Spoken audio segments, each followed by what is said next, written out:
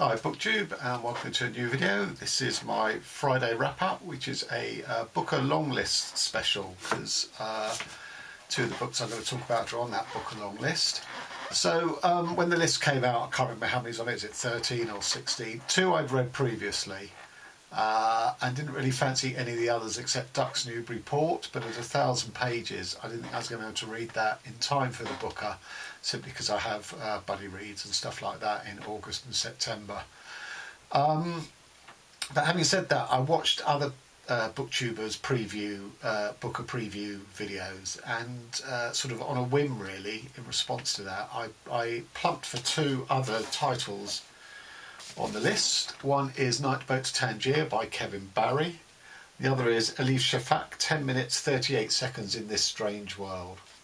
So that will bring my total up to 4, and I'll probably leave it at that, because neither of these books, to my mind, deserve to win the prize. So, Night Boat to Tangier by Kevin Barry, an Irish writer of repute and quite a considerable back catalogue. I've never read him before. I think in my mind somehow I confused him with Sebastian Barry, but anyway. So this has been described as a bit like Samuel Beckett's Waiting for Godot, only instead of two sort of tramps, it's with two ageing gangsters. They are waiting at the ferry port of Albacete in Spain, which runs a regular service between Spain and Morocco, because they are trying to find the daughter of one of the gangsters, who has sort of dropped out of society and become what we here in Britain call a crusty. With the type of people who have sort of matted dreadlocks, drink cider, Thunderbird cider from plastic bottles, and have dogs on string rather than on leads. So that's the premise of this, and there's sort of a lot of sort of recounting of their lives in the past. They are fairly wrecked men physically. One of them has lost an eye and the other has a permanent limp.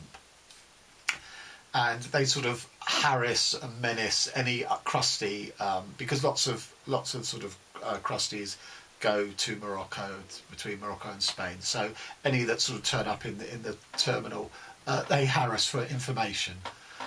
And they are very menacing in their language. They have very much a double act, like Vladimir and Estragon in Godot, but the difference there is Vladimir and Estragon's double act is sort of about their despair at the human condition, whereas the double act here, although the language is equally sort of lyrical and feeds off each other, this has got menace. So it's not Beckettian at all, really. I think that's a completely false comparison. It's only towards the end of the book, when they're sort of really, their sort of ruination is really sort of comes on strong, that then you could say it was Beckettian, because it comes back into that thing about the human condition and the indignity of ageing, and so we approach death and all of that sense. But comparisons to Beckett, to me, do not hold in this book.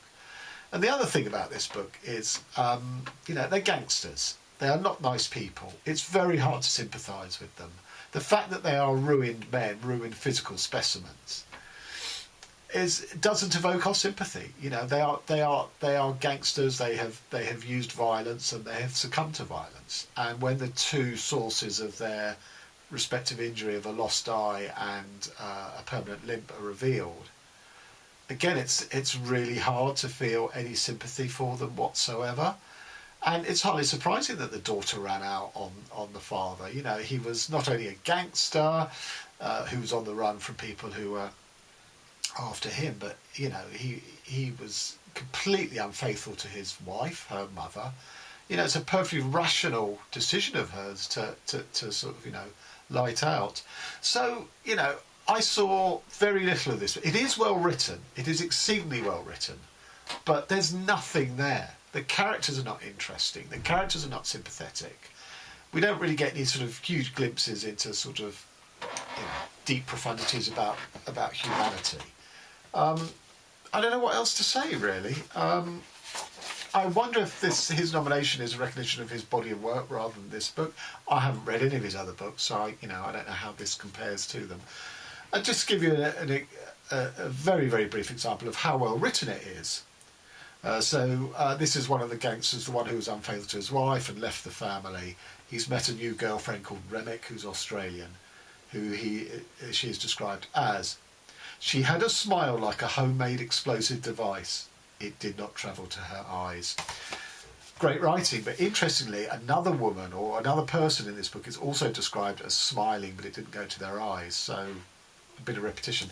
So I'm giving this three stars, and I'm really only giving it 3 stars because the quality of the writing, you know, the sentence construction and the way the dialogue sort of ricochets around. But I just felt there was nothing to this book. And on to Elif Shafak's 10 minutes 30 seconds in this strange world. I think a better title would have been 10 minutes 38. Sorry, 10 minutes 38 seconds. You don't need in this strange world. And that sort of begins to unravel. You know, the cover sort of unravels the way this book works and doesn't work. It's a brilliant setup. The premise is a prostitute is found dead in a dumpster. And due to prolonged brain activity, which according to this book, I don't know if this is true, the record is for the brain activity lasts for 10 minutes, 38 seconds after the body has died.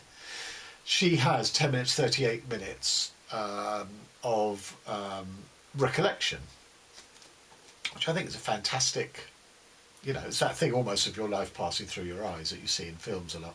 I think it's a fantastic premise, a fantastic setup, but the way the book is written absolutely cuts against that and in the end completely undermines it.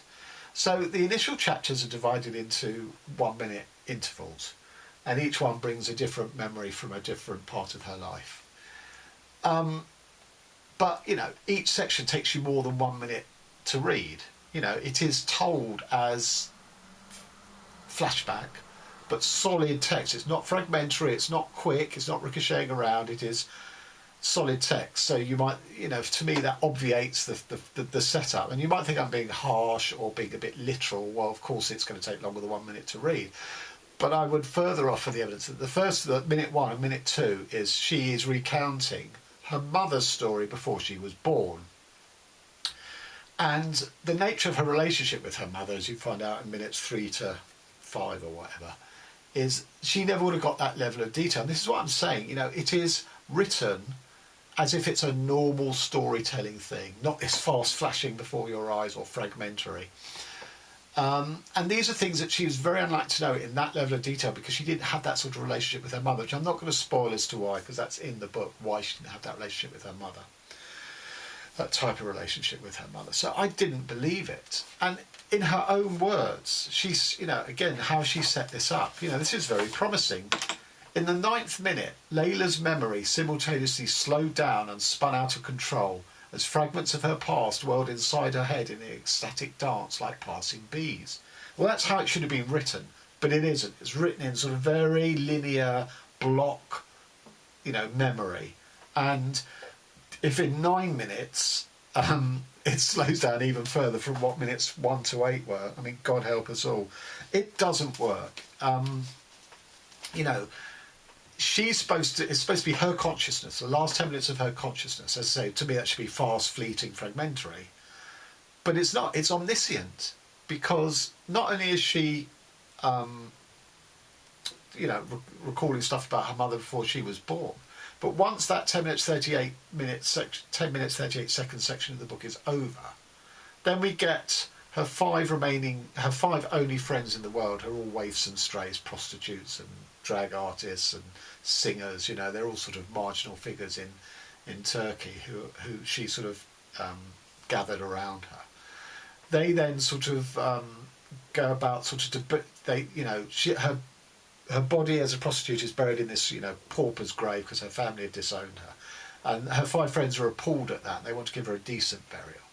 So suddenly we go into an omniscient narrator. What's happened to the 10 minutes 38 thing of the prostitute's brain shutting down? So there's no explanation of why we have that switch of narrative point of view. And that whole thing of them trying to give her a decent burial is a bit sort of knockabout, a bit comedic. So that's a sudden shift in tone. And then we have a very last short section where she returns in the form of her soul is speaking. Not her brain in the dumpster, but her soul, once her body has been, sort of shut from her soul. And all of that stuff I just think is far better done by Han Kang in her book called Human Acts, talking about the body and the soul and the spirit and consciousness and all of that. This doesn't hang together at all, in my opinion. You know, it's a great setup and then completely betrays it, I feel, for the reasons I've given. But there is good writing. There's enough interesting bits of writing in here for me to give it 3 out of 5. So I think minute 1, every minute that she starts with is also related to a smell, in that way of Proust and Madeleine cakes. And in minute 1 it's salt, the smell and taste of salt, and how that is, the story of that is really interesting, because when she was born as a baby, again, how can you know this, but anyway, she was silent, and everyone in the room except the midwife were very worried that, you know, there was something wrong with her. Or maybe it was her brother actually rather than her, I can't remember. And the midwife kept saying, don't worry, it will come. And she slaps the baby on the back and there's still no sound and everyone's even more worried. So what the midwife then does is she buries her in a mound of salt, almost suffocating her. And then the baby wails and they know it's okay. But that her first experience on earth, after being slapped by the midwife, is to be buried encased in salt, and she has that sense and smell in her for life. So yeah, there's beautiful writing in here. And another bit, so she and her male friend Sabotage are looking in magazines, and there's an American model there with a hula hoop ring. And so she goes, Layla, her mind wandered back to the spring when she was 10 years old. On the way to the bazaar with mother, she had seen a group of boys chasing an old man. When they caught up with him, the boys, shouting and laughing, had drawn a circle around him with a piece of chalk. He is a Yazidi, mother had said, upon seeing Layla's surprise. He can't get out of there on his own. Someone must erase that circle for him. Oh, let me help him then. Mother's expression was not so much one of annoyance as confusion. For what? Yazidis are evil. How do you know? How do I know what? That they are evil. Mother pulled her by the hand. Because they worship Satan.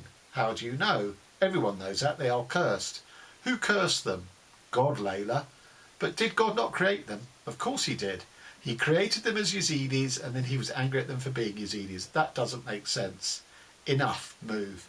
So there's lots of interesting things in here, you know, about that sort of thing. There was the comparison of the hula hoop circle with the short circle of a Yazidi, and you know, the different, you know, you've got a hula hoop worn by a model in the West, and the glamour of that versus the sort of, you know, pernicious, persecutory power of a circle drawn around the Yazidi. So that's why I gave this 3 stars, because I have to say the structure, working against its own premise, really, really annoyed me. And I thought I was really going to dislike this book heavily, but there's enough good writing for me to give it at least 3 out of 5. But I have to say, the reason I wasn't interested in this book in the first place was exactly what I'd heard, that as great as the premise is, it is basically, you know, her life in recall, in recollection. And I thought this is going to be solid blocks of linear recollection. And that's what it turned out to be. So I should have stuck to my guns, really. And then the whole second half, which is her friends and the omniscient narration, yeah, it just doesn't hang together structurally, this book, at all. And on the non-booker theme, Stefan Zweig, Confusion. So this is my first Stefan Zweig book, and I have fallen in love with him as an author. I've ordered 2 or 3 more of his books. So a student in Berlin turns up on his first day to study English literature, finds the lecture boring, and very quickly sort of, you know, falls in love with Berlin. And I should say this is in Weimar, Berlin. And becomes a wastrel, spends his money and his energies doing anything but his studies. But is discovered by his dad, who comes on an unannounced visit. And his dad is obviously furious and insists that he moves to a provincial university, which he does, where he meets the English literature professor there, is absolutely inspirational, and he turns his life around.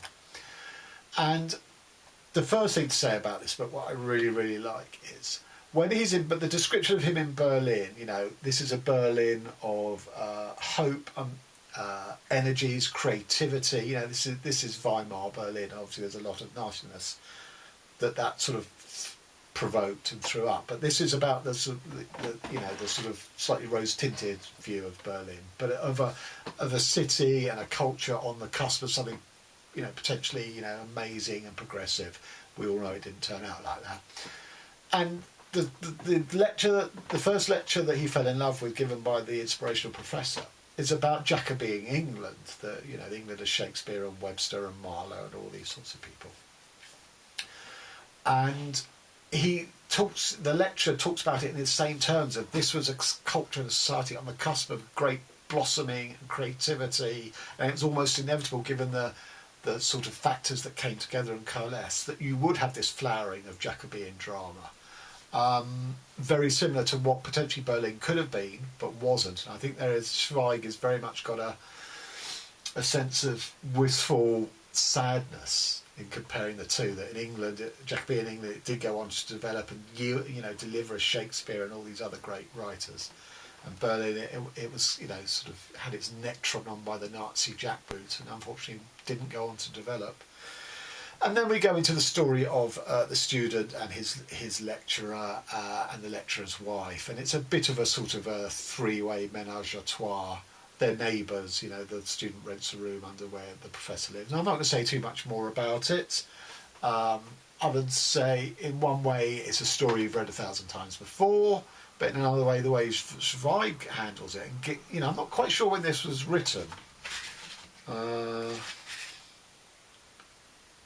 1927. So, okay, he's coming out of Weimar, Germany, where anything goes. But there is a homosexual storyline in here, which was quite brave, I would imagine, at the time.